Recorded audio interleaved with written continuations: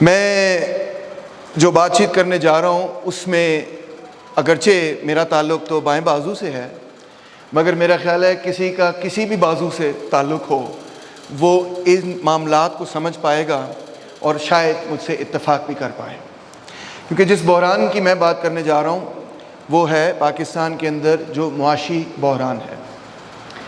اور یہ بات اگر میں آپ کا خیال ہے اس وجہ سے کہہ رہا ہوں کہ شاید نوجوانوں کو ڈر لگ جائے اور وہ جو بیچ میں نوجوان بیٹھا ابھی تک اپنے فون پہ لگا ہوا ہے وہ بھی جاگ جائے، اچھا بحران ہو رہا ہے، مجھے پتہ چلے کیا بحران ہو رہا ہے۔ تو ایسی بات نہیں، فکر نہ کریں، آپ واپس فون پہ جا سکتے ہیں اگر آپ کا جی کرے تو۔ مطلب آپ کو ڈرانے، چونکانے، دھمکانے، جگانے کے لیے یہ بات نہیں کہی جا رہی کہ پاکستان کے اندر بحران ہے، حقیقت ہے۔ گھی کی قیمت کو دیکھ لیں تو 208 روپے اس میں اضافہ ہوا، کوکنگ آئل کی قیمت کو دیکھیں تو 213 روپے اس میں اضافہ ہوا، گیس کی قیمتوں کو آپ دیکھیں گے تو جو لوور ٹیئر کے کنزیومرز ہیں ان کے حوالے سے کہا جا رہا ہے کہ ان کو بھی اسی ریٹ پہ گیس فراہم کی جائے گی جس ریٹ پہ اپر ٹیئر والے لوگوں کو فراہم کی جاتا ہے، یعنی کہ 600% گیس کی قیمتوں میں غریبوں کے لیے اضافہ ہو جائے گا۔ ایئر لائن ٹکٹوں کے اندر 20% اضافہ ہو چکا ہے، ریلوے کی ٹکٹوں کے اندر 20% اضافہ ہو چکا ہے، جس یونیورسٹی میں میں پڑھاتا ہوں وہاں کی فیسوں میں 14% اضافہ ہو چکا ہے، اگرچہ میری تنخواہ میں اضافہ نہیں کیا انہوں نے۔ پٹرول کی قیمت جو ہے وہ کہہ رہے ہیں 280 روپے، شاید 300 روپے تک پہنچ جائے۔ جب پٹرول اور ڈیزل کی قیمتوں میں اضافہ ہو جائے گا تو تمام قیمتوں میں اضافہ ہو جائے گا، کیونکہ پٹرول اور ڈیزل کے نتیجے میں ہی بجلی بنتی ہے اور اسی کے نتیجے میں ٹرانسپورٹ سیکٹر کام کرتا ہے، تو ہر چیز میں بجلی کہیں نہ کہیں استعمال ہوتی ہے اور کہیں نہ کہیں سے اس کو فیکٹری سے موو کر کے دکان تک پہنچانا پڑتا ہے۔ ان دا مین ٹائم انٹرنیشنل مانیٹری فنڈ کا یہ کہنا ہے کہ جناب عالی ہم آپ کو پیسے دے دیتے ہیں، آپ کو بچا لیں گے، بلکہ جو ہم نے پہلے آپ کو $5 بلین کا گرانٹ دیا تھا، اس کو ہم گرانٹ نہیں لون دیا تھا، اس کو ہم $8 بلین کر دیتے ہیں۔ آپ تو خوش ہو گئے ہیں، آگے دیکھیں نوجوان جو ہے مسکرا رہا ہے، $8 بلین ہو گئے، کمال ہے یہ تو۔ مگر مزیدار بات یہ کہ اس کے ساتھ انہوں نے کچھ شرائط لگائی ہیں، اور شرائط انہوں نے یہ لگائی ہیں جو وہ ہر جگہ لگاتے ہیں۔ ان کے پاس ون سائز فٹس آل والا جوتا ہے، وہ کہتے ہیں ہر بندے جس کو جوتا پہننا ہے وہ ہمارا جوتا ہی اس نے پہننا ہے، کہ وہ یہ کہتے ہیں کہ منڈی مارکیٹ اکانومی، سرمایہ داری نظام کو حکومتوں نے خراب کیا ہے، سبسڈی کہیں سبسڈی دے کر، کہیں قیمتوں کو گرا کر، کہیں قیمتوں کو اٹھا کر، تو یہ تمام کی تمام سبسڈیز ختم کر دی جائیں اور اگر مارکیٹ اکانومی کو کام کرنے کی اجازت اور مہلت دی جائے تو پھر مختلف ممالک جو ہیں وہ ترقی کر سکیں گے۔ نتیجتاً وہ یہ کہتے ہیں جس بھی ملک میں جاتے ہیں وہ ایک ہی سبق پڑھاتے ہیں، اور وہ سبق یہ ہے کہ ٹریڈ ڈیفیسٹ بیلنس ہونا چاہیے، بجٹ ڈیفیسٹ بیلنس ہونا چاہیے، بس۔ اتنی مہنگی مہنگی فیسیں پھوسے لے کر اور سیلریز وغیرہ لے کر، پی ایچ ڈی وغیرہ کر کے انہوں نے صرف یہی سبق سکھانا ہوتا ہے کہ اپنا بجٹ بیلنس کریں اور اپنا ٹریڈ ڈیفیسٹ بیلنس کریں۔ اب دیکھیں یہ تو ہر گھر میں ہوتا ہے، یہاں پہ کچھ شادی شدہ لوگ بھی بیٹھے ہوں گے، مجھے لگ رہا ہے، امید ہے، چہرے سے پتہ چل رہا ہے، جو شادی شدہ ہوتا ہے نا اس کا چہرہ بدل جاتا ہے۔ تو ہر گھر کے اندر بجٹ بنتا ہے جناب عالی، اگر کوئی پروفیسر ہے، اس کی کوئی تنخواہ ہے تو وہ اپنی بیوی کو پہلے کہہ دیتا ہے کہ اتنے ہی پیسے ہیں جی، اسی کے اندر گزارا کرنا ہے، بچوں کی تعلیم بھی پوری کرنی ہے، صحت کے سہولیات، ماں باپ کا خیال بھی رکھنا ہے، گھر میں روٹی بھی آنی ہے، چینی بھی آنی ہے، تھوڑا سا بجلی پہ بھی اخراجات ہوں گے وغیرہ وغیرہ، کچھ تھوڑے سے پیسے اگر بچیں تو اس سے میں ایک آدھ سگریٹ بھی خرید لوں گا، یہ نارمل بات ہے۔ تو ہمارا ملک جو ہے جہاں پہ ٹاپ لیول کے اکانومسٹ ہیں، جہاں پہ سب سے دنیا جہاں کے پڑھے لکھے اکانومسٹ مفتاح اسماعیل اور حفیظ شیخ جیسے لوگ ہیں، ان سے یہ بجٹ بیلنس نہیں ہوتا۔ غور طلب بات ہے، جو آپ گھر میں روز کرتے ہیں وہ ان سے ملکی سطح پہ نہیں ہوتا۔ کیوں نہیں ہوتا؟ اصل سوال یہ ہے۔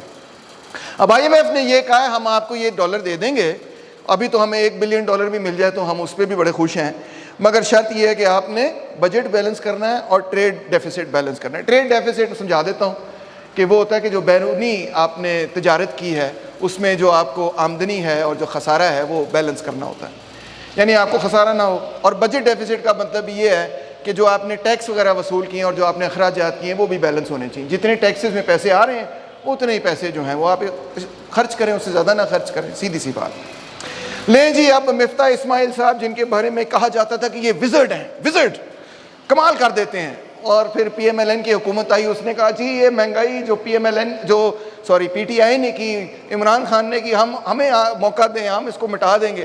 مہنگائی مقاوم مارچز بھی انہوں نے کی وغیرہ وغیرہ, اور جب وہ آئے تو انہوں نے 10 گنا زیادہ مہنگائی کر دی. تو کیا وجہ ہے اس کی, کہ ہو کیا رہا ہے, معاملہ کیا ہے؟ بجٹ جو بنایا مفتاح اسماعیل صاحب نے 9.2 ٹریلین روپیز کا بجٹ ہے, جس میں سے 56.4% بجٹ صرف ڈیٹ ری پیمنٹ پر ہے, قرضوں کی ادائیگی پر ہے.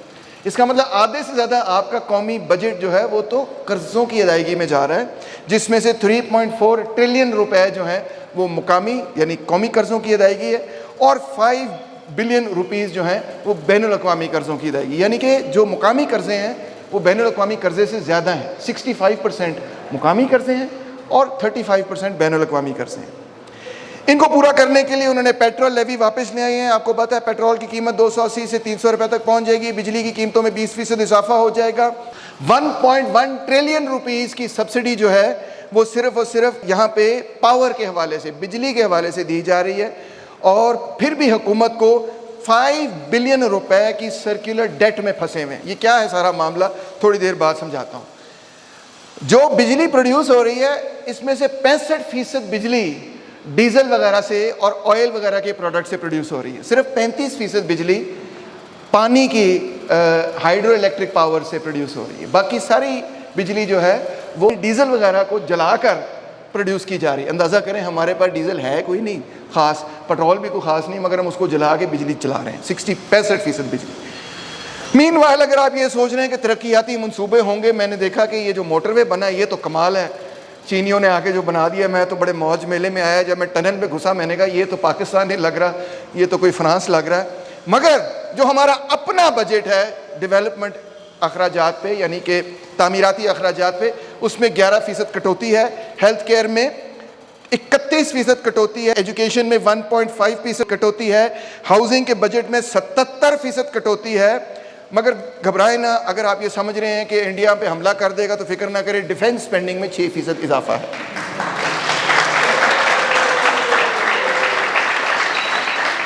اور مزیدار بات یہ کہ جو 6% اضافہ ہے اس میں جو ملٹری ہارڈ ویئر ہم باہر سے امپورٹ کر رہے ہیں وہ شامل نہیں ہے, جو نیوکلیئر پروگرام ہے وہ شامل نہیں ہے, جو پینشنز ادا کر رہے ہیں وہ بھی شامل نہیں ہے, جو اوور سپینڈنگ ہوتی ہے ہر سال آپ کو پتہ ہے جو بجٹ بنتا ہے اس سے زیادہ ملٹری پہ اخراجات ہوتے ہیں وہ بھی اس میں شامل نہیں. Not to worry. تو تقریباً اوور سپینڈنگ 8% اوور سپینڈنگ ہوتی ہے ہر سال ایوریج, ٹھیک ہے جی, تو وہ بھی اس میں شامل نہیں. تو یہ کیا 6% اضافہ ہے, مینلی سیلریز اور الاؤنسز میں 17.8% اضافہ ہے, آپریٹنگ ایکسپنسز میں جس میں ٹرانسپورٹ, ریشن, ٹریننگ اور ٹریٹمنٹ شامل ہے 12.77% اضافہ ہے. تو اس کا مطلب ہے کہ اگر فوج جو ہے وہ تقریباً 18% اپنی تنخواہوں میں اضافہ کر رہی ہے تمام فوجیوں کی بھی, تو آپ ایسٹیمیٹ کر سکتے ہیں کہ اگلے سال 18% کم از کم مہنگائی ہوگی. اور وہ ثابت بھی ہو گیا کہ اس پہ رپورٹ بھی آ گئی کہ اس وقت مہنگائی 21.5% پہ چڑھی ہوئی ہے. اور اکانومسٹ کا یہ کہنا ہے کہ ہمارے اندازے میں اگلے سال یہ تقریباً 19% مہنگائی چلتی رہے گی. موٹا موٹا حساب کر لیں 20% مہنگائی. اس کا مطلب ہے اگر آپ کو گھر سے پاکٹ منی مل رہی ہے, آپ کو پاکٹ منی ملتی ہے گھر سے, کوئی آپ سامنے بیٹھی ہوئی ہیں, کوئی ملتی ہے, ماں پیو کچھ بھیجتے ہیں کہ بیٹی یہ کوئی خرچہ کر لیں کے لیے پیسے ہیں, کتنی کو ملتی ہے کوئی مہینے کے لیٹ سے؟ ہوئے یہ تو اب تو ہم آپ سے چائے پیئیں گے. منتھلی اور ڈیلی بیسس دونوں پہ مل رہی ہے. چلیں لیٹ سے جو بھی آپ کو مل رہی ہے, لیٹ سے آپ کو آپ کے والدین جو ہیں کوئی 5-10 ہزار روپے بھیج دیتے ہیں مہینے کا, تو گھبرائیں مت. ان سے آپ نے یہ کہنا ہے کہ امی ابو آپ نے 20% اضافہ کرنا ہے اس سال میری پاکٹ منی میں, کیونکہ جو رقم آپ مجھے دے رہے ہیں اس میں 20% کٹوتی ہو رہی ہے مہنگائی کی وجہ سے. اچھا چلیں چھوڑیں فوج کی بات تو چھوڑیں, بیوروکریسی پر بھی بات کر لیتے ہیں. بے فکر رہیں, بیوروکریسی نے بھی اپنی تنخواہوں میں 15% ماشاءاللہ اضافہ کر لیا ہے, اس لیے ان کو بھی گھبرانے کی ضرورت نہیں. عمران خان نے کہا تھا گھبرانا نہیں, وہ نہیں گھبرا رہے, انہوں نے پہلی تیاری کر لی ہے. اس کے مزید سبسڈیز 700 بلین روپے کی سبسڈیز حکومت پاکستان دے رہی ہے. آپ تو سن کے بڑے خوش ہو رہے ہیں, 700 بلین, شاید مجھے بھی کوئی 2-3 ہزار روپے اس میں سے مل جائے. فکر نہ کریں, اس میں سے 92% سبسڈیز جو ہیں وہ عوام پر نہیں لگائی جا رہی, وہ بجلی کے انڈیپینڈنٹ پاور پروڈیوسرز پہ لگائی جا رہی ہے. یعنی یہ تمام سبسڈیز جو حکومت دے رہی ہے وہ بجلی والوں کو دے رہی ہے, آپ کو نہیں دے رہی. اکیلے پاسکو کو مثال طور پہ 7 بلین روپے مل رہے ہیں, اور اگر کچھ بچ جاتا ہے بیچ میں سے تو تھوڑی سی سبسڈی یوٹیلیٹی سٹورز کو دی جا رہی ہے. اس سب کو کس طرح پورا کیا جائے گا؟ پہلے مفتاح صاحب نے کچھ ٹیکس سٹرکچر وغیرہ دیا جس میں انہوں نے انڈسٹریلسٹ پہ کوئی خاص ٹیکس نہیں لگایا, اور یہاں کے بڑے بڑے زمینداروں پہ, جاگیرداروں پہ کوئی خاص ٹیکس نہیں لگایا, اور اس نے بجٹ نیشنل اسمبلی سے پاس بھی کروایا, اس کے سامنے پریزنٹ بھی کیا. مگر IMF والوں نے کہا یہ تو ہمارے لیے کافی نہیں ہے, we are not very happy, ہم آپ کو پیسے دینے کے لیے تیار نہیں ہیں. تو مفتاح صاحب واپس گئے, انہوں نے مزید اور ٹیکسز جو ہے نافذ کیے. اب جو بجٹ وہاں پریزنٹ ہوا تھا اس کے علاوہ ایک نیا بجٹ پریزنٹ ہو چکا ہے جس میں انہوں نے سپر ٹیکس لگا دیا ہے, سپر ڈوپر ٹیکس, اور وہ تقریباً ٹیکس ریٹ جو ہے امیر لوگوں کے لیے 40 یعنی 39% تک آ گیا ہے. مگر وہ کہہ رہے ہیں گھبرانا نہیں, فکر نہیں کریں, صرف 1 سال کے لیے دینا ہے, اس کے بعد ہم واپس 29% پہ ٹیکس لے آئیں گے. مین ویل جو صنعت کار ہیں, سیٹ ہیں, مالک ہیں, امیر لوگ ہیں, وہ کہہ رہے ہیں ہم تو پہلے بھی نہیں گھبرا رہے تھے, ہم تو پہلے بھی ٹیکس نہیں دے رہے, کوئی فکر کی بات نہیں ہے, کیونکہ ہم نے تو 2 کتابیں رکھی ہوئی ہیں. جب ٹیکس والا آتا ہے ہم اس کو 1 کتاب دکھاتے ہیں کہ جی میرے پاس تو صرف 100 ورکر ہے, اور جب وہ چلا جاتا ہے تو پتہ چلتا ہے فیکٹری کے اندر 1000 ورکر ہے, اور اس کے مزید 1000 ورکروں کو کام آؤٹ سورس بھی کیا ہوا ہے آپ نے. تو وہ تو گھبراتے نہیں ہیں, انہوں نے 2 کتابیں رکھی ہوئی ہیں, ایک ٹیکس والوں کے لیے اور ایک اپنے لیے. تو سرکار اگر آپ کی سیلری جو ہے سالانہ سیلری 6 لاکھ روپے سے زیادہ ہے تو آپ نے گھبرانا ہے تھوڑا سا, کیونکہ آپ کی سیلری پر بھی ٹیکس لگا دیا گیا ہے. 6 لاکھ روپے سے 12 لاکھ روپے جس کی بھی سیلری, یعنی کہ 50,000 روپے فی مہینہ جس کی بھی سیلری زیادہ ہے اس سے, اگر آپ اس سے زیادہ کماتے ہیں تو آپ بھی اب اس پہ ٹیکس ادا کریں گے. پیٹرول پہ بھی ٹیکس, ڈیزل پہ بھی ٹیکس. اس کا مطلب ہے جب آپ گاڑی چلائیں گے, جب آپ بس پہ بیٹھیں گے, جو کام آپ کریں گے, جب آپ وہاں سے یہ سامنے مارکیٹ لگی ہوئی کوئی بھی چیز خریدیں گے تو وہاں پہ بھی آپ انڈائریکٹ ٹیکسز نہ صرف وہ دیں گے جو آپ نے سیلز ٹیکس وغیرہ دینا ہے, GST وغیرہ, مگر اس کی قیمت کے اندر جو پیٹرول کے اوپر ٹیکس لگا ہے, ڈیزل پہ ٹیکس لگا ہے, اس پہ بھی آپ ٹیکس دیں گے. ٹیکسز ٹیکسز ٹیکسز, عوام کے اوپر ٹیکسز. یہ سارا کچھ کرنے کی کیا ضرورت تھی؟ کیوں یہ کیا؟ خسارہ آخرکار کیوں ہوا؟ اس کی وجہ کیا ہے؟ ہم اس ڈیٹ ٹریپ میں کیوں پھنسے؟ یہ معاشی بحران, میرا آج ٹاپک زیادہ تر معیشت پر ہی رہے گا. میں اخلاقی بحران کی بات نہیں کروں گا, میں انٹلیکچوئل یا جو علم کے میدان میں بحران ہے اس پہ بات نہیں کرنا آج نہیں کروں گا. جو سیاست میں بحران ہے اس پہ بھی بات نہیں کروں گا, اس پہ تو آپ بخوب پہلے ہی واقف ہیں. مگر معاشی بحران کو سمجھنے کی بہت زیادہ ضرورت ہے, کیونکہ اس وقت اگر ہم ہماری روزمرہ کی زندگی میں اور تمام لوگوں کی روزمرہ کی زندگی میں کوئی سب سے بڑا اور سیریس پرابلم ہے تو وہ یہ ہے, تو اس کو پہلے دیکھنے کی ضرورت ہے. تو سوال یہ پیدا ہوتا ہے کہ ہم اتنے زیادہ قرضے میں پھنسے کیسے؟ پہلی تو سادہ سی بات ہے کہ پچھلی حکومت نے آ کے تمام ریکارڈ توڑ دیے قرضوں کے. انہوں نے $52 بلین کے بین الاقوامی قرضے لیے, جس میں سے انہوں نے صرف $37 بلین واپس ادا کیے, باقی قرضے ویسے کے ویسے کھڑے. یعنی پچھلی حکومت جو چلی ہے 3.5 سال PTI کی حکومت, وہ چلی ہی قرضوں کی بنیاد پہ. اگرچہ عمران خان ویسے کہتا تھا کہ میں خودکشی کر لوں گا, قرضہ نہیں لوں گا, مگر اس کو بھی یہ کرنا پڑا. اور جو نئی حکومت آئی ہے تو وہ بھی یہ کہتی تھی ہم مہنگائی ختم کر دیں گے, قرضہ نہیں لیں گے, انہوں نے سب خراب کر دیا ہے. آتے ہی ان کو بھی یہی کرنا پڑا ہے, قرضہ لینا پڑا ہے. تو اس کا مطلب ہے اگر 2 پارٹیاں, 3 پارٹیاں, 4 پارٹیاں, جو پارٹی آتی ہے وہ قرضہ لیتی ہے, تو اس کا مطلب ہے مسئلہ نیت کا نہیں ہے, مسئلہ کسی لیڈر کی نیت کا نہیں ہے, مسئلہ یہ کچھ اور ہے, اور ایک سٹرکچر کا مسئلہ ہے, ایک معیشت کا مسئلہ ہے کہ پاکستان کو کسی ڈیٹ ٹریپ میں پھنسا دیا گیا ہے جس سے ہم باہر نہیں نکل رہے. کس نے پھنسایا, کس طرح پھنسے, آئیں اس پر کچھ روشنی ڈالنے کی کوشش کرتے ہیں. ڈیٹ ٹریپ کا مطلب یہ ہے کہ ہم خسارے میں, خسارے کا مطلب یہ ہے کہ ہمارا کرنٹ اکاؤنٹ ڈیفیسٹ ہے. کرنٹ اکاؤنٹ ڈیفیسٹ کیا ہوتا ہے؟ ہم نے دیکھنا ہوتا ہے کہ درآمد کتنی ہو رہی ہے, برآمد کتنی ہو رہی ہے, اور اس کے حساب سے ہمیں کیا نفع نقصان ہو رہا ہے.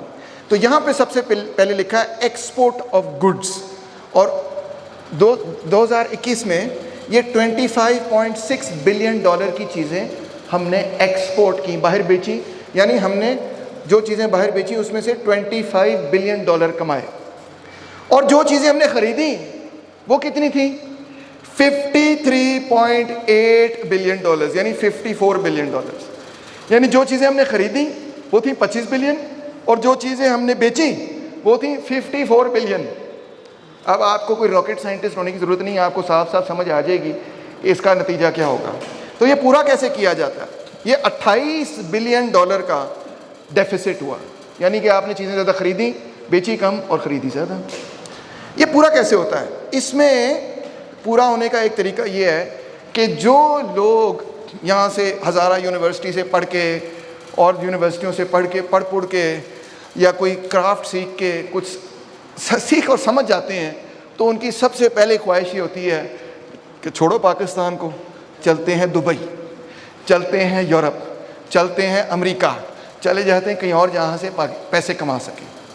اس وقت ملینز آف لوگ، ملینز آپ کی skill labour, doctors, teachers, engineers, lawyers, ہر کنسٹرکشن ورکرز، فیکٹری ورکرز، ہر قسم کا اسکلڈ اور انسکلڈ لیبر باہر ہے. اور باہر سے وہ اپنے امی ابو کو، بڈھے ماں باپ کو جو پیسے بھیجتے ہیں کہ ماں پہ اب میں آپ کی خدمت کروں گا، جب ہم چھوٹے ہوتے تھے آپ نے مجھے دودھ پلایا، آپ نے میرا خیال رکھا، آپ نے میری نیپی چینج کی، تو اب میری باری ہے کہ میں بھی آپ کا خیال رکھوں. تو یہ کچھ پیسے میں نے بچائے ہیں، یہ میں واپس بھیج رہا ہوں، اس سے میری بہن کی شادی کرا دینا، اس سے بیٹی کی شادی کرا دینا، اس سے ماں پیو کے خرچے پورے کر دینا. تو یہ پاکستانی جو باہر کام کر رہے ہیں، یہ 29.4 تقریباً $30 بلین واپس بھیجتے ہیں رقم. یعنی کہ سوچنے والی بات یہ ہے کہ جو پاکستان کے اندر ساری چیزیں بنتی ہیں اور ہم پھر ان کو ایکسپورٹ کرتے ہیں، اس سے زیادہ پیسے وہ محنت کش لوگ اور مزدور جو باہر کام کر رہے ہیں وہ جمع کر کے اپنے والدین کو بھیج دیتے ہیں. اندازہ کریں کتنی عجیب و غریب بات ہے. ہم بن گئے ہیں ایک ریمیٹنس اکانومی. ریمیٹنس اکانومی کا مطلب یہ ہے کہ ریمیٹنسز کے بغیر ہم چل ہی نہیں سکتے. ہر پولیٹیشین آتا ہے آپ کو بات نہیں سمجھا رہا بنیادی کہ بات یہ، اس کا مطلب یہ کہ ہم کچھ بیچ ہی نہیں، بنا ہی نہیں سکتے جو باہر بکے. بجائے اس کے کہ ہم کچھ بنا سکیں جو باہر بکے، ہم اس چیز پر ہمارا ملک چل رہا ہے کہ جو باہر لوگ گئے ہوئے ہیں وہ کچھ اپنے والدین کو جب پیسے بھیجتے ہیں تو اس میں سے حکومت کو ڈالر مل جاتے ہیں جو جس پہ ہماری معیشت چل رہی ہے. سوچیں آپ، اندازہ کریں کیا چیزیں جو ہم بناتے ہیں اور جو ہم باہر بیچتے ہیں. یہ پائی چارٹ ہے، اس پہ آپ کو نظر آ جائے گا. سب سے پہلے ٹیکسٹائل اینڈ کلودنگ، یہ بلو ایریا آپ کو نظر آ رہا ہے، یہ کیا ہے؟ Textile and clothing. اس کے بعد ہے ویجیٹیبل. سمجھانے کی ضرورت نہیں ہے کہ ویجیٹیبل کیا ہوتا ہے. ویجیٹیبل وہ ہوتا ہے جو جب آپ نیٹ فلکس کے سامنے، ٹی وی کے سامنے بیٹھ جاتے ہیں نا تو آپ ویجیٹیبل بن جاتے ہیں، وہ ہوتا ہے ویجیٹیبل. مذاق کر رہا ہوں. یعنی کہ دوسری کیٹیگری ہے پھل فروٹ. اس کے بعد چمڑا، تیسری کیٹیگری ہے چمڑے کی، یہ جو گرین ایریا آپ کو اتنی دور سے نظر آ رہا ہے جو تقریباً 5% ہے. اس کے بعد فوڈ پروڈکٹس، یعنی عام شام بھیج دیتے ہیں اور چیزیں. پھر مسلینیس، اینیمل. یعنی کہ پہلی 6 کیٹیگریز جو ہم ایکسپورٹ کر رہے ہیں، جو 75-80% چیزیں ہیں، وہ ساری ایگریکلچرل ہے. کوئی گاڑی نہیں بنا رہا جو باہر بک رہی ہے، کوئی سیل فون نہیں بنا رہا جو باہر بک رہا ہے، کوئی ہائی ٹیکنالوجی کے کیمرہ نہیں بنا رہے جو باہر بک رہا ہے، کوئی مائکرو فون نہیں بنا رہا جو باہر بک رہا ہے، کوئی ایسی ہائی ٹیکنالوجی کی چیز ہم بنا ہی نہیں رہے جو باہر بک رہی ہو کسی بڑی تعداد میں. کتنی عجیب و غریب بات ہے. 70 سال ہو گئے ملک میں اور ابھی تک ہم نے یہ چیزیں بنانی ہی نہیں سیکھی. ہم امپورٹ کرتے ہیں یہ ساری چیزیں. اندازہ کریں آپ. آئے دیکھتے ہیں اب امپورٹ سٹرکچر کیا ہے، کیا چیزیں ہیں جو ہم منگواتے ہیں. ادھر آپ دیکھ رہے ہیں minerals, fuels, oils, distillation products, یعنی وہ تمام چیزیں جو منرلز اور خاص طور پہ آئل کے ساتھ جڑی ہوئی ہیں، وہ ہیں 27%. زیادہ تر چیزیں جو ہم، سب سے بڑا جو ہمارا ہیڈ ہے وہ ہے basically oil related, diesel, petrol, LNG وغیرہ وغیرہ. اس سے اگلا ہے الیکٹرانک اکوپمنٹ 8.2%. آپ کے سیل فونز، آپ کے کمپیوٹرز وغیرہ یہ سب اس میں ہیں. 8.1% مشینری، نیوکلیئر ری ایکٹرز، بوائلرز وغیرہ جو ہم منگواتے ہیں. اس کے بعد آئرن اور سٹیل. دیکھیں دوستوں، یہ بنیادی چیزیں ہیں جو ایک انڈسٹریلائز کنٹری ہوتی ہے. ٹھیک ہے، وہ کچھ ایسے انڈسٹریلائز کنٹریز ہیں وہی چیزیں منگواتی ہیں، مگر الیکٹرانک اور electrical equipment, boilers, basic machinery, یہ سب چیزیں ہمیں باہر سے منگوانی پڑتی ہیں. ہمیں بنانی نہیں آتی، ہمیں بنانی نہیں آتی. اور مزیدار بات ایک اور آپ کو بات کہوں، جو لوگ باہر جا کے یہ چیزیں بناتے ہیں جو پھر ہم امپورٹ کرتے ہیں، وہ وہی لوگ ہوتے ہیں جو یہاں سے اٹھ کے جاتے ہیں اور وہاں نوکری کر رہے ہوتے ہیں. اندازہ کریں آپ. اگر آپ آج بڑے خوشی خوشی آئے تھے کہ ڈاکٹر صاحب کا لیکچر سنیں گے، کچھ پورے امیدیں باتیں ملیں گی، تو اب میرا خیال ہے آپ کو گھر جا کے کوئی اینٹی ڈپریسنٹ کھانا پڑے گا، زینکس وغیرہ کھانی پڑے گی کہ حالات جو میں آپ کو بہرحال بتا رہا ہوں۔ کیا وجہ ہے؟ یہ چیزیں ہم کیوں نہیں کم کر سکتے؟ اچھا آپ سوچیں کہ 27% آپ کے امپورٹس جو ہیں وہ آئل اور منرلز وغیرہ ہیں، 23% آئل ہے، تو ایسے میں آپ کے ملک کو یہ عقل ہونی چاہیے تھی کہ بجلی پھر یار پانی سے بنا لو، ڈیم بنا لو، کوئی اور چیز بنا لو، ہائیڈرو الیکٹرسی جنریٹ کرو، ہوا سے بنا لو، سولر سے بنا لو۔ مگر میں نے آپ کو بتایا 65% بجلی ڈیزل سے بن رہی ہے اور آئل وغیرہ سے بن رہی ہے۔ 65% بجلی جو ہم افورڈ ہی نہیں کر سکتے۔ یہ بجلی پنکھا چل رہا ہے، اس سے آپ کا بین الاقوامی خسارہ بڑھتا چلا جا رہا ہے، کیونکہ یہ بیسکلی 65% بجلی جو یہ پنکھا چل رہا ہے نا، بند کر دو اس پنکھے کو، اس میں سے 65% پنکھا جو ہے نا وہ تیل سے چل رہا ہے۔ سمجھ آئیے آپ کو؟ اور تیل کا ہی تو سب سے بڑا مسئلہ ہے۔ اچھا وہ مولوی صاحب پیچھے بیٹھے ہیں، مولوی صاحب کہہ رہے ہیں سر جی اس طرح کرتے ہیں کہ اور ملک بھی تو تیل بنا رہے ہیں، ایران سے تیل خرید لیتے ہیں، ترکمنستان سے خرید لیتے ہیں، رشیا سے خرید لیتے ہیں، مسئلہ کی ہے اور جگہوں سے تیل خرید لیتے ہیں۔ تو یہ 3 بڑے پروجیکٹ ہیں، ایران پاکستان پائپ لائن۔ میں ابھی حال ہی میں ایران گیا ہوا تھا، میں نے ان سے ساری بات چیت کی، انہوں نے اپنے حصے کی پائپ لائن ختم کر لی، یعنی کہ ان کے ریفائنری سے لے کے بارڈر تک ان کی پائپ لائن مکمل ہے۔ کس کی پائپ لائن مکمل نہیں؟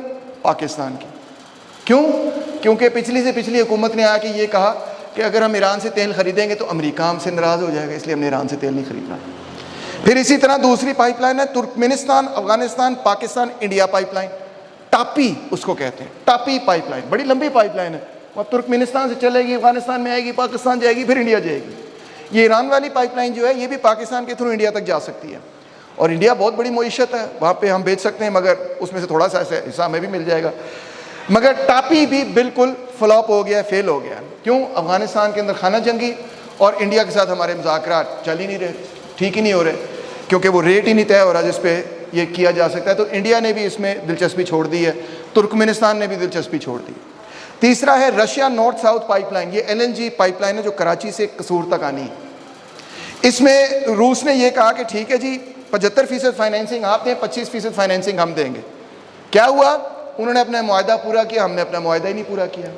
اب روس کہتا ہے کہ بھی آپ اپنے معاہدے ہی نہیں پورے کرتے، بیچ میں غائب ہو جاتے ہیں۔ ابھی پوری دنیا روس سے تیل خرید رہی ہے، جرمنی روس سے تیل خرید رہا ہے، انڈیا روس سے تیل خرید رہا ہے۔ کچھ لوگ تو یہ بھی کہہ رہے ہیں کہ انڈیا روس سے تیل خرید کے پھر یورپ کو دوبارہ بیچ رہا ہے مہنگے داموں پہ۔ مگر ہم روس سے تیل نہیں خرید سکتے، کیونکہ ہماری عوام کو یہ بتایا جا رہا ہے کہ ہماری ریفائنریز اس کو پروسیس نہیں کر سکتی، روس ہمیں بیچنے کے لیے تیار نہیں۔ سب کچھ بہانہ بازی ہے، اصل وجہ سب جانتے ہیں، آپ کو بھی پتہ ہونی چاہیے، اور وہ وجہ سادہ سی یہ ہے کہ امریکہ کو خوش رکھنا ہے، اور امریکہ نے کہا ہوا ہے کہ روس کے اوپر امبارگو ہے اور روس سے تیل نہیں خریدنا۔ کوئی بھی امریکہ کی بات نہیں مان رہا، جرمنی بھی بات نہیں مان رہا، یورپ نے بھی کہا ٹھیک ہے جی 1 سال بعد ہم ان سے تیل خریدنا چھوڑ دیں گے، ابھی تو ہم خرید رہے ہیں۔ انڈیا نے بھی کہا ہم تو خریدیں گے بھئی، آپ جو مرضی کہتے پھرے۔ تو کوئی بھی ان کی بات نہیں مان رہا ہے اس وقت۔ روس تیل بیچی جا رہا ہے، تیل کی قیمت بڑھتی جا رہی ہے، روبل جو ہے اس وقت دنیا کی اسٹرانگسٹ کرنسی بن گیا ہے۔ پیوٹن جو ہے بڑا خوش ہے کہ یہ تو ہمارے لیے بڑا اچھا ہو گیا ہے، مگر ہم ایسے زبردست قسم کے امریکہ کے دوست اور اتحادی ہیں کہ ہم ان سے جا کے بات چیت بھی کرنے کے لیے تیار نہیں کہ ذرا بتائیں تو صحیح کہ اگر آپ بیچتے ہیں تو کس دام پہ بیچتے ہیں۔ وہ 25% کم سے کم تیل سستا بیچ رہے ہیں، مگر ہم خریدنے کے لیے تیار نہیں۔ اب دوستوں بات کو سمیٹتا ہوں، لپیٹتا ہوں، کنکلوڈ کرتا ہوں۔ آپ کے بہت سارے سوال بھی ہوں گے اور میں جواب دینے کے لیے تیار ہوں۔ بات یہ ہے کہ جب سے پاکستان بنا، ماں سوائے ایک چھوٹے سے عرصے کے 1970 کی دہائی میں، ہم ایک ماڈل آف ڈیولپمنٹ کو لے کر چل رہے ہیں۔ وہ ہے، اس کا نام اکنامکس میں آپ کہہ سکتے ہیں کہ وہ ایک فری مارکیٹ ماڈل ہے، کہ ہم یہ سمجھتے ہیں کہ کیپٹلزم جو ہے وہ سب سے اچھی چیز ہے اور وہی ملک کو ترقی دے گا۔ اس کی آرگیومنٹ ہم یہ دیکھتے ہیں کہ دیکھیں جی یورپ تو بہت آگے ہے، وہاں سرمایہ داری ہے، تو ہم بھی وہاں پہنچ جائیں گے اگر ہم سرمایہ داری نظام کو اپنا لیں۔ حقیقت یہ ہے کہ سرمایہ داری نظام کے اندر کچھ ونرز ہوتے ہیں اور کچھ بہت سارے لوزرز ہوتے ہیں، اور ہر بندہ سرمایہ داری نظام میں ونر نہیں ہو سکتا۔ ایک بندہ سیٹھ ہے تو سیٹھ کے نیچے بہت سارے محنت کش لوگ کام بھی کریں گے، اور پاکستان بحیثیت مجموعی ایک ایسا علاقہ بن گیا ہے، ایک ایسا ملک بن گیا ہے جس کا بین الاقوامی سرمایہ داری نظام میں بنیادی کام یہ نہیں ہے کہ یہاں پہ سرمایہ کاری ہو اور ڈیولپمنٹ ہو، بلکہ الٹ ہے کہ یہاں پہ جو سرمایہ پیدا ہوتا ہے وہ یہاں پہ انویسٹ نہیں ہوتا۔ دوبارہ بات کرتا ہوں، جو یہاں پہ سرمایہ پیدا ہوتا ہے وہ یہاں پہ انویسٹ ہی نہیں ہوتا، ماں سوائے ریل اسٹیٹ کے۔ لوگ زمین خرید لیتے ہیں مگر اس کے علاوہ نئی فیکٹری نہیں لگا رہے، لگاتے ہی نہیں ہیں۔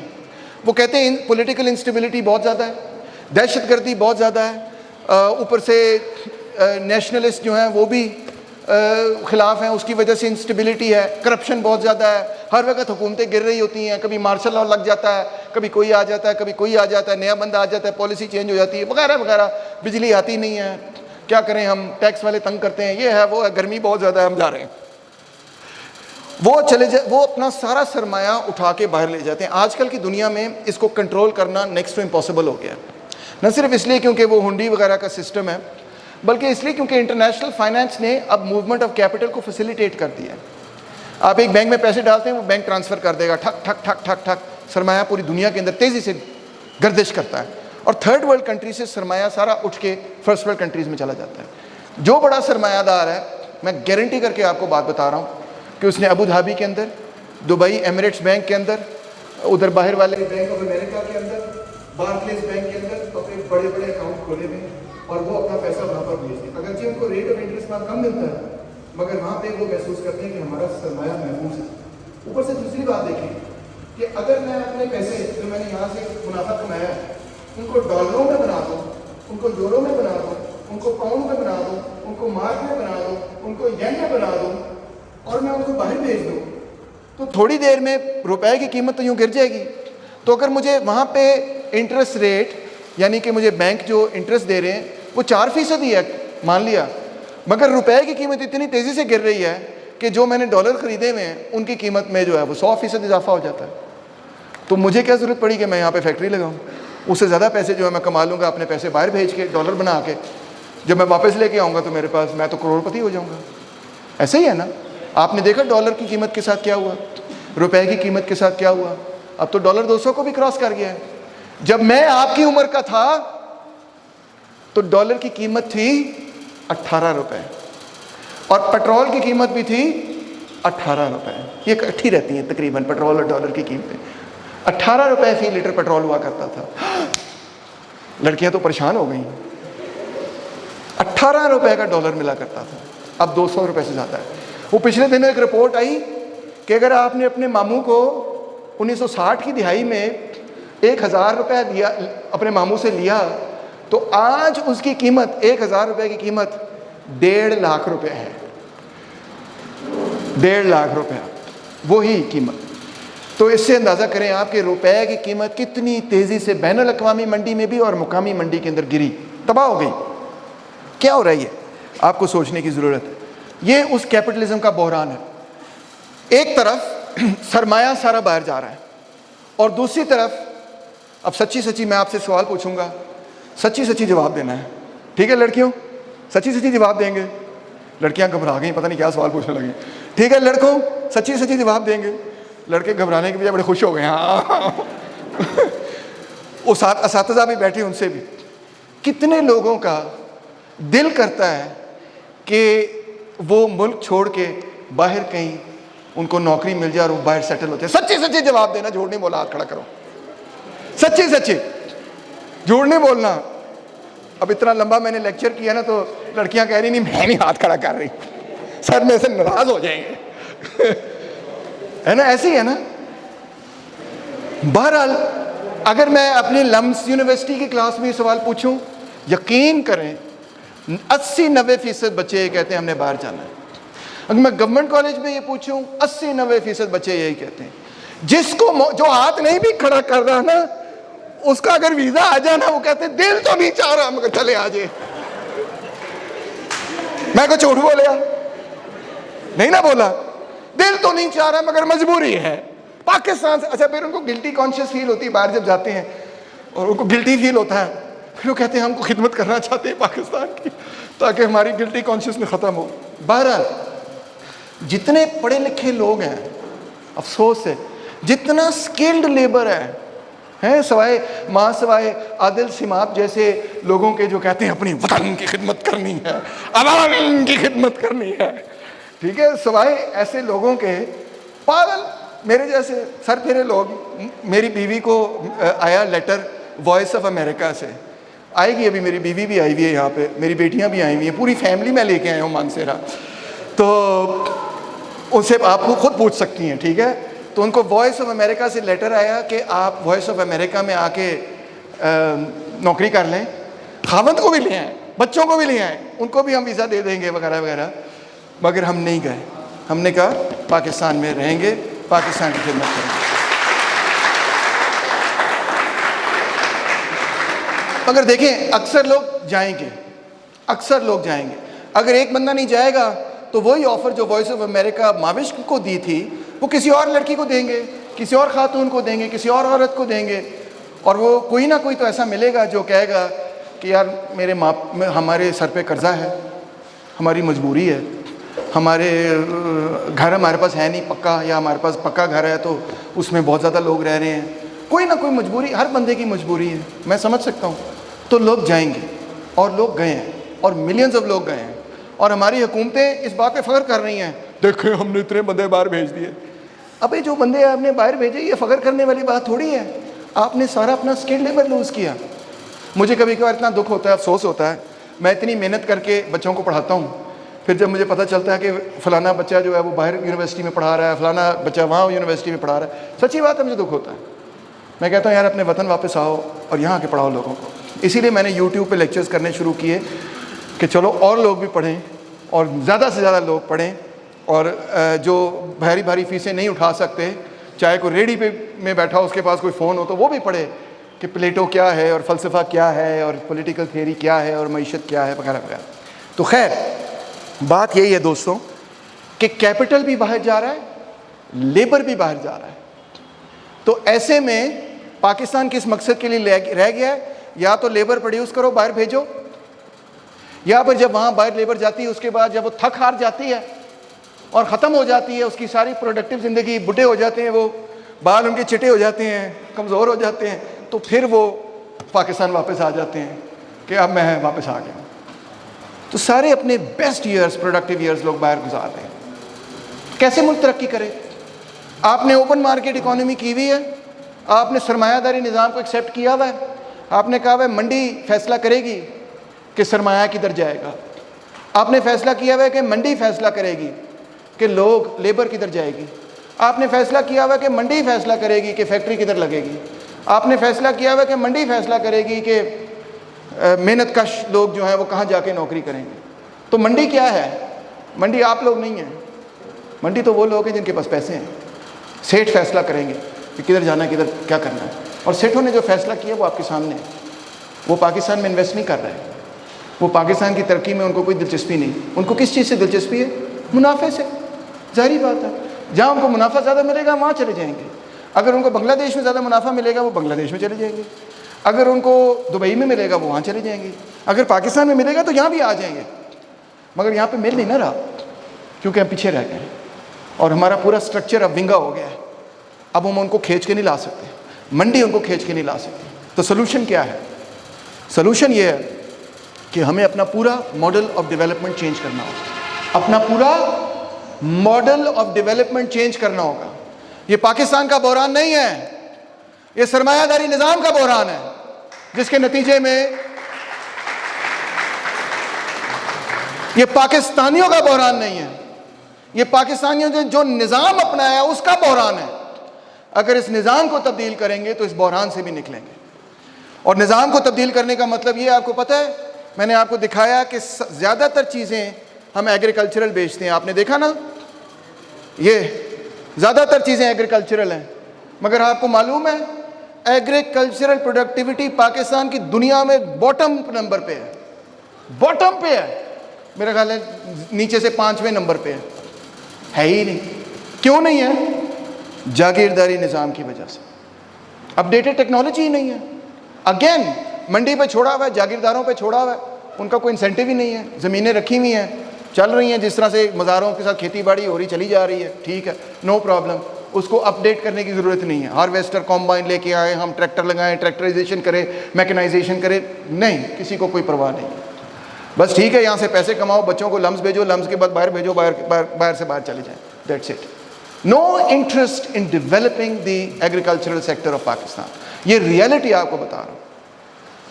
اور اسی طرح منڈی کے اندر بھی یہی ہے کہ فیکٹریوں کے اندر جو نجی مل ہے. تو پہلی 3 میں چھوٹی چھوٹی باتیں کرتا ہوں. نمبر 1, یہ جاگیرداری نظام کو ختم کریں اور حکومت ایک منصوبہ بنائے ایگریکلچر کی میکنائزیشن کا, ایگریکلچرل پروڈکٹیوٹی کو بڑھانے کا ایک باقاعدہ حکومت پلان بنائے تاکہ یہ چیز کی جا سکے. دوسرا نقطہ, منڈی کامیاب نہیں, سرمایہ داری منڈی کامیاب نہیں. ہم نے اب اگر پاکستان کی انڈسٹریلائزیشن کرنی ہے تو یہ صرف اور صرف پبلک سیکٹر کے تھرو ہو سکتی ہے. اب آپ کہیں گے سر جی پبلک سیکٹر کا تو برا حال ہے, یہ کیسے ہو سکتا ہے پبلک سیکٹر کے تھرو ہو؟ پبلک سیکٹر کو ریوائیو کر کے ہی ہم اب انڈسٹریلائزیشن کر سکتے ہیں. کیا آپ نے کبھی غور کیا کہ پبلک سیکٹر کی وہ والے ادارے جو فوج کے لیے, بیوروکریسی کے لیے یا پاکستان کے اشرافی طبقے کے لیے کام کرتے ہیں, وہ A1 چلتے ہیں, وہ A1 چلتے ہیں. جتنے فوج کے ادارے ہیں ٹوٹلی ایفیشنٹ ہیں, منافع بخش ہیں, ایفیشنٹلی چلتے ہیں, آن ٹائم چلتے ہیں, کوئی پرابلم نہیں ان کے اندر. کوئی یہ نہیں کہتا کہ فوج کے ادارے پرائیویٹائز کر دو, کوئی یہ نہیں کہتا کہ آرمی ویلفیئر ٹرسٹ کو پرائیویٹائز کر دو, کوئی یہ نہیں کہتا کہ فوجی فاؤنڈیشن کو پرائیویٹائز کر دو, کوئی نہیں نہ کہتا. جب بات ہوتی ہے تو PTCL کی پرائیویٹائزیشن, وابڈا کی پرائیویٹائزیشن, ریلوے کی پرائیویٹائزیشن, PIE کی پرائیویٹائزیشن کی بات ہوتی ہے. ان اداروں کی پرائیویٹائزیشن کی بات نہیں ہوتی. کوئی نہیں کہتا بیوروکریسی جو ہے وہ اپنا کام چلا رہی ہے, اس کو کوئی پرابلم نہیں ہے. جس اسکول میں, دوستوں اس کو غور سے سننا ہے, میں ایک اسکول میں پڑھا جس اسکول کا نام ہے ایچسن کالج, سنا آپ نے نام؟ ایک زمانے میں اسکول کا نام ہوتا تھا چیفز کالج. کیا نام ہوتا تھا؟ Chiefs college. کیوں چیفز کالج نام ہوتا تھا؟ کیونکہ جو پاکستان کے چیف ہوتے تھے, ٹاپ کی جو ایلیٹ ہوتی تھی, آج بھی ایسے ہی ہے, وہ وہاں پہ پڑھتی تھی. آپ کو پتہ ہے میرے والد نے کیا فیس دی تھی میری وہاں ایجوکیشن کی؟ کیا فیس تھی؟ چیف کالج ہے, پاکستان کی ایلیٹ پڑھتی ہے. آدھے سے زیادہ نیشنل اسمبلی ایچسن کالج کے لوگوں سے بھری پڑی ہے, میں گارنٹی کر رہا ہوں. آدھے سے زیادہ منسٹر ایچسن کالج کے ہیں. یہ پوری Nawaz Sharif family Aitchison college کی ہے, یہ پوری عمران خان کی ساری فیملی ایچسن کالج میں پڑھی ہے. اس کے کزن جو ہے میرے ساتھ میرے کلاس فیلوز تھے. پیپلز پارٹی کے جو سارے ٹاپ لیول کے لوگ ہیں ایچسن کالج سے پڑھے. کیا خیال ہے اس کی کیا فیس ہوتی تھی جب میں وہاں پہ پڑھا تھا؟ میرے والد صاحب نے کیا فیس دی تھی جب میں وہاں ایڈمیشن لیا تھا؟ 3000 روپے. کتنے؟ 3000 روپے. کیونکہ ایچسن کالج پرائیویٹ ادارہ نہیں ہے. پاکستان کا ٹاپ سکول جہاں ساری ایلیٹ پڑھتی ہے پرائیویٹ ادارہ نہیں ہے. کوئی نہیں کہتا ایچسن کالج کو پرائیویٹائز کر دو, A1 چلتا ہے. تو بات یہ ہے, سمجھنے والی بات یہ ہے کہ وہ ادارے, غور سے سننا ہے, غور سے سننا ہے, سب سے امپورٹنٹ پوائنٹ آج آپ کو بتا رہا ہوں. وہ ادارے, وہ پبلک ادارے جہاں پہ محنت کش لوگوں کو بینیفٹ ملتا ہے, جہاں پہ اکثریت محنت کش لوگوں کی جاتی ہے کوئی نہ کوئی اپنا کام کروانے کے لیے, ان اداروں کی کوئی پرواہ نہیں ہے. ان میں پچھلے 30-40 سال میں کوئی انویسٹمنٹ نہیں ہے. ان کے انفراسٹرکچر میں کوئی اپ گریڈیشن نہیں کی گئی, ان کی ٹیکنالوجی کو کوئی بہتر نہیں کیا گیا. وہاں پہ جو دیواروں کے اوپر پینٹ ہے اس کو پینٹ بھی نہیں کیا گیا. کیوں؟ کیونکہ وہاں ایلیٹ نہیں جاتی, وہاں پہ آپ لوگ جاتے ہیں. اور جن اداروں میں جو پبلک سیکٹر کے ادارے ہیں, جو ایلیٹ جہاں جاتی ہے, مثال کے طور پہ defence housing authority, DHA, public ادارہ نہیں ہے, پبلک ادارہ نہیں ہے, یہ فوج کا ادارہ ہے. کبھی آپ DHA کے اس کے آفس گئے ہیں, آپ کو ایسے لگتا ہے یورپ آ گئے. چٹھی ملے گی, آپ چٹھی کے ساتھ بیٹھیں گے, ایسے 2 منٹ میں باری آ جائے گی, لوگ بھی جو بیٹھے ہوں گے وہ بڑی خوشی سے آپ کو ملیں گے. ہاں جی کیسی طبیعت ہے, آئیں جی سر کیا کر سکتے ہیں ہم آپ کے لیے. اس کے برعکس جب آپ کسی ایسی ہاؤسنگ اتھارٹی میں جائیں گے جہاں محنت کش لوگ رہتے ہیں تو اول تو وہاں بندہ ہی نہیں بیٹھا ہوگا جس سے آپ ملنے آئے ہیں. اگر بندہ بیٹھا ہوگا وہ کہیں گے کل آئیں, میرے پاس ٹائم نہیں ہے آپ کے لیے. یا پھر اتنے لوگ وہاں پہ جمع ہوئے ہوں گے کہ آپ کی 3 دن آپ لائن میں کھڑے رہیں گے تب جا کے آپ کی باری ہے. میں کوئی غلط کہہ رہا ہوں؟ ایسے ہی ہو رہا ہے نا, ہر جگہ پبلک لمبی لمبی لائنوں میں قطاروں میں کھڑی ہوئی ہے. تو بات یہ نہیں ہے کہ پبلک سیکٹر بذات خود ایفیشینٹ نہیں ہو سکتا. اگر پبلک سیکٹر ایفیشینٹ نہ ہو سکتا تو فوجی فاؤنڈیشن کیسے ایفیشینٹ ہوتی, آرمی ویلفیئر ٹرسٹ کیسے ایفیشینٹ ہوتا, فرنٹیئر ویلز کیسے ایفیشینٹ, FWO کیسے ایفیشینٹ ہوتا, HSN کالج کیسے پاکستان کا ٹاپ سکول ہوتا. بات یہ ہے کہ جو ایلیٹ پبلک سیکٹر کی چیزیں ہیں وہ سب ایفیشینٹلی چلتی ہیں, چاہے وہ بیوروکریسی ہو, آرمی ہو, DHA ہو, جو مرضی. اور جو آپ کی چیزیں وہ پبلک ہوں یا پرائیویٹ ہوں وہ تباہ و برباد ہے. ایک ایگزامپل دیتا ہوں, جو پرائیویٹ سکول غریبوں کے لیے قائم ہوئے ہیں, کبھی آپ نے ان کو دیکھا ہے؟ کانوں کو ہاتھ لگائیں گے, آپ کانوں کو ہاتھ لگائیں گے. یہ جو کمرہ ہے نا, یہ والا, یہ چھوٹا سا کمرہ, اس کمرے کے اندر ایک بندہ بیٹھا ہوتا ہے اور اس کمرے کے اندر 25 بچے بیٹھے ہوتے ہیں اور کہتے ہیں یہ پرائیویٹ سکول ہے. That's it. اور اس طرح کے ہزاروں سکول ہیں پاکستان کے اندر, ایک ایک کمرے, 2 کمرے, ایک ایک کمرے, 2 کمرے, اور وہ کہتے ہیں یہ پرائیویٹ سکول ہے. وہاں پہ غریب بچے جاتے ہیں. یہ کوئی انفراسٹرکچر ہے؟ Zero infrastructure. کیا پڑھائی ہے؟ زیرو پڑھائی. یقین جانیں, زیرو پڑھائی. They are terrible, they are horrible, کیونکہ وہ غریبوں کے ہیں. ان کا مقابلہ کریں HSN کے ساتھ. وہاں پہ میں نے ہارس رائڈنگ بھی سیکھی, میں وہاں سے پڑھا ہوں, میں نے وہاں گھوڑا بھی چلایا, 3 سوئمنگ پول تھے بھائی جان, ہاکی کھیلتے تھے ہم, فٹ بال کھیلتے تھے, ہر قسم کی فیسلٹی تھی, کیونکہ وہ ایلیٹ کا تھا. فیس وہاں پہ بھی اتنی تھی جتنی کسی دوسرے حکومتی ادارے میں. سمجھ رہے ہیں؟ پاکستان کے حکمران طبقے نے اور اکانومسٹ نے آپ کو کیا بتایا کہ پبلک سیکٹر بیکار ہے, اور آپ کا بھی تجربہ یہ ہے کہ پبلک سیکٹر بیکار ہے, آپ نے اس سے انٹریکٹ کیا ہے. مگر حقیقت یہ ہے کہ وہ پبلک سیکٹر کا حصہ جو محنت کشوں کے لیے بنایا گیا ہے وہ واقعی انہوں نے اس کو نگلیکٹ کیا ہے. جب دیکھو دوست, جب ایلیٹ, لاہور کی ایلیٹ کے بچے سر جب گورنمنٹ کالج اور پنجاب یونیورسٹی میں پڑھتے تھے تو آپ اس یونیورسٹی کا لیول دیکھیں کیا ہوتا تھا. 1980 کی دہائی میں لاہور کی اور پنجاب کی ایلیٹ نے اپنے بچوں کو حکومتی اداروں سے نکال کر پرائیویٹ ادارے بنا لیے. انہوں نے کہا اب ہم گورنمنٹ کالج نہیں بھیجیں گے, ہم بھیجیں گے لمز, ہم بھیجیں گے IBA. ہم نے اپنے ادارے بنا لیے ہیں, 4-4 5-5 لاکھ ماس فیس ہے, کوئی نہیں اور بھٹک سکتا وہاں پہ. اس کے بعد پنجاب یونیورسٹی بھاڑ میں گئی, جو مرضی ہو, وی ڈونٹ کیئر. ایکیڈیمک لیول یہاں سے یہاں آ گیا, وی ڈونٹ کیئر. ساری برین پاور جو اچھے اچھے استاد پنجاب یونیورسٹی کے ہوتے تھے چھوڑ کے پرائیویٹ سیکٹر میں چلے گئے. تنخواہیں بہتر وہاں پہ تھیں تو انہوں نے جانا ہی تھا, کوئی رائے ہی نہیں پبلک سیکٹر میں. ٹھیک ہے جی, یہ چند آپ کے پروفیسران کے علاوہ جو کہ پڑھانے کو ایک عبادت سمجھتے ہیں اور کہتے ہیں ہم پیسے کے لیے کر ہی نہیں رہے, ہم تو لوگوں کے لیے اور قوم کے لیے اور ملک کے لیے اور اپنے بچوں کے لیے کر رہے ہیں. اس کے علاوہ جو آئیڈیلسٹ لوگ تھے وہ تو ٹھہرے, مگر بہت سارے لوگ چھوڑ گئے, ادارے گر گئے, تباہ ہو گئے. نیکسٹ سیکنڈ نمبر بات کہ اگر ہم نے انڈسٹریلائزیشن کرنی ہے دوستوں تو ہمیں کیا کرنا پڑے گا؟ جو سرمایہ باہر جا رہا ہے ریاست اس کو کنٹرول کرے, باہر نہیں جانے دینا سرمایہ.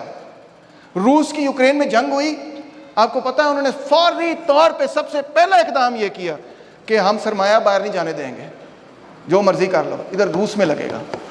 اگر کوئی پہلے باہر سرمایہ تھا انہوں نے کہا 50% حصہ آپ نے ہمیں دینا ہے. اتنے انہوں نے capital control tax control measures لگائے. دوسرا یہ اسکلڈ لیبر پاور کو ہم نے باہر نہیں جانے دینا, ہم نے ان کو یہاں ایڈجسٹ کرنا ہے. یہ نہیں کہ زبردستی کسی کا کرنی ہے, مگر یہ کہ اچھی نوکریاں یہاں پہ ان کو ملے جو ریاست دے سکتی ہے. سارا اپنا اسکلڈ لیبر لوز کر رہے ہیں ہم, سارے ڈاکٹر, سارے انجینئرز, سارے اچھے لوگ پڑھ لکھ کے, اور سارے اچھے ورکر جن کو سٹون میسنری آتی ہے, جن کو برک لینگ آتی ہے, جن کو اچھی فیکٹریاں بنانی آتی ہیں, جن کو اچھی فیکٹریاں چلانی آتی ہیں, جن کو کنسٹرکشن آتی ہے, ان کو یہاں رکھنا ہے. جن کو سٹیل اور کانکریٹ کے ساتھ کام کرنا آتا ہے وہ اپنے ملک میں رہیں اور کام کریں اور ہمارا انفراسٹرکچر ڈیولپ کریں. وہ سارے باہر جا رہے ہیں. Reduce dependence on oil for power, تیسرا میجر. کہ یہ جو 65% پنکھا جو ڈیزل پہ چل رہا ہے بھئی یہ ہم افورڈ نہیں کر سکتے. سیدھی سی بات ہے, ہمارے پاس ڈیزل ہے نہیں, ہم باہر سے قرضہ لیتے ہیں, تو یہ ہم افورڈ نہیں کر سکتے. اور آپ کو معلوم ہے کہ ہم نے یہ بجلی کی جو ساری پروڈکشن ہے وہ حوالے کی ہوئی ہے ملٹی نیشنل کمپنیوں کے, جن کا نام ہے IPP, انڈیپینڈنٹ پاور پروڈیوسر. یہ 1990 میں بے نظیر بھٹو نے شروع کی ہے, اس کے بعد نواز شریف نے بھی اس کو کیا, اس کے بعد مشرف نے بھی اس کو کیا, اس کے بعد PTI نے بھی, ہر حکومت نے اس کو کیا. اسی لیے ہم کہتے ہیں کہ بائیں بازو کا مختلف پروگرام. IPPs کی کہانی سنیں, لڑکیوں آپ پریشان ہو جائیں گے, لڑکے بھی پریشان ہو جائیں گے. IPP کی کہانی سنیں. IPPs نے یہ کہا بجلی بنیادی چیز ہے نا, اس کی وجہ سے سارا کرائسس ہی پاور کا اس وقت پاکستان جو معاشی بحران ہے وہ سارا پاور تیل اور بجلی کے ساتھ جڑا ہوا ہے, جس کی قیمت آپ مہنگائی کی شکل میں ادا کر رہے ہیں. تو یہ کیوں ہے, میں آپ کو راز بتاتا ہوں جو آپ کو کسی ٹی وی چینل پہ نہیں ملے گا, یہاں آپ کو مل رہا ہے. وہ کیا ہے, 1990 کی دہائی میں IPPs انڈیپینڈنٹ پاور پروڈیوسرز کے ساتھ جو اگریمنٹ ہوا وہ یہ تھا کہ IPPs نے یہ کہا کہ ہم پاکستان کے اندر آ کے سرمایہ کاری کریں گے اور آپ کو پاور پلانٹ بنا کے دیں گے, مگر ہماری 3 شرائط ہیں. سنیں غور سے. نمبر 1 یہ کہ جو تیل استعمال ہوگا IPP کو چلانے میں وہ آپ ہمیں خرید کے دیں گے, اور اس کا ریٹ جو ہے وہ ہم پہلے سے فکس کریں گے, چاہے دنیا کے اندر تیل کی قیمت بڑھے یا کم ہو, آپ نے ایک ہی ریٹ پہ ہمیں دینا ہے. اس سے کیا ہوا کہ تیل کی قیمت جب بڑھی تو IPPs کو تو اسی قیمت پہ آپ نے تیل دینا ہے, تو وہ جو ایکسٹرا قیمت تھی وہ حکومت پاکستان سبسڈیز کی شکل میں اٹھا رہی ہے. وہ حکومت پاکستان اٹھا رہی, جو میں نے آپ کو فگر بتایا کہ 92% سبسڈیز پاکستان جو ہے وہ ان کمبختوں کو دے رہی ہے, کیونکہ کانٹریکٹ یہ ہے کہ تیل کی قیمت اگر بڑھی تو ان کو نہیں فرق پڑے گا. دوسری شرط انہوں نے یہ کہا کہ جو بجلی ہم آپ کو بیچیں گے وہ بھی ڈالر کے ساتھ جڑی ہوگی اور اس سے آگے پیچھے نہیں ہوگی. اس کا مطلب ہے ڈالر کی قیمت بڑھے یا گرے ان کو نقصان نہیں ہوگا, وہ ہمیشہ فائدے میں رہیں گے. نقصان کس کو ہوگا, آپ کو, مجھے اور حکومت پاکستان کو. اندازہ کریں کتنی بری ڈیل ہے. تیسری بات انہوں نے یہ کی کہ جب independent power producer online ہو جائے گا, یعنی یہ کہہ سکے گا کہ ہم بجلی آپ کو فراہم کرنے کے لیے تیار ہیں, اگر حکومت پاکستان ایک بھی یونٹ بجلی ان سے نہ خریدے, کیونکہ وہ بجلی بہت مہنگی ہے, ایک بھی یونٹ نہ خریدے, تب بھی حکومت پاکستان نے ان لوگوں کو ایک مقررہ رقم ادا کرنی. اندازہ کر سکتے ہیں آپ, اگر میں آپ کی یونیورسٹی سے یہ کہوں کہ میں آپ کو جنریٹر لگا دوں گا آپ کی بجلی چلانے کے لیے, مگر جس ریٹ پہ میں بجلی آپ کو بیچوں گا وہ پہلے سے مقرر ہوگی اور چینج نہیں ہو سکتی, جس قیمت پر آپ ڈیزل ڈالیں گے وہ بھی آپ نے سارا برداشت کرنا ہے, اور میں بجلی آپ کو دوں یا نہ دوں آپ نے مجھے اتنی رقم ادا کرنی ہے, تو آپ کیا کہیں گے؟ آپ کہیں گے تیرا دماغ صحیح ہے, یونیورسٹی چھوڑ, وہاں پہ پاگل خانہ ہے, پہلے وہاں جا کے اپنا دماغ چیک کرا, یہ کہیں گے نا آپ مجھے. مگر حکومت پاکستان نے یہ قبول کیا, اور آج جو اتنا شدید معاشی بحران جس سے ہم گزر رہے ہیں یہ تھینکس ٹو IPPs کی وجہ سے. ملک دیوالیہ ہو گیا, بجلی آ نہیں رہی, بجلی آ رہی ہے, گرمی لگ رہی ہے سب کو, بجلی آ نہیں رہی, تیل ہے کوئی نہیں, قرضہ لینے پر مجبور ہے تاکہ پنکھا چل جائے, تاکہ لال بینڈ جو ہے آگے کو پرفارمنس کر دے.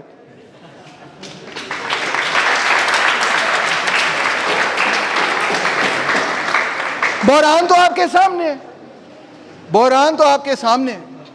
اور بھی آپ کو مثالیں دے سکتا ہوں. یہ ریکو ڈیک مائن کا آپ نے سنا ہے, کاپر کی مائن ہے, اتنی بری ڈیل کی کہ اب وہ مائن ہمارے قبضے میں ہی نہیں ہے, ہمارے پاس ہے ہی نہیں. انہوں نے جو ڈیل کی اس میں انہوں نے یہ بھی نہیں ڈالا ہم آپ سے معاہدہ کر رہے ہیں, آگے آپ کسی سے معاہدہ نہیں کر سکتے. جس سے ڈیل کی اس نے آگے کسی اور کو بیچ دی, اس نے آگے کسی اور کو بیچ دی. اندازہ کریں بھائی, کوئی عقل مند آدمی, وکیل یہ لکھ سکتا ہے, کانٹریکٹ دیکھ کے سمجھ سکتا ہے کہ یہ ملک کے فائدے میں نہیں. یہ کیا آپ لوگوں کی امانت کے ساتھ. حکومت ایک امانت ہے نا, ریاست ایک امانت ہے, آپ ٹیکس دیتے ہیں, آپ پیسے دیتے ہیں. کیا کیا انہوں نے اس کے ساتھ؟ آپ کو بتا رہا ہوں, کوڑیوں کے دام بیچ دیے, اور سب نے کیا. مجھے پی ٹی آئی نے بھی کہا آ جاؤ ممبر بن جاؤ پارٹی کا, پیپل پارٹی نے کہا آ جاؤ ممبر بن جاؤ پارٹی کا. شکر ہے مسلم لیگ نے نہیں کہا.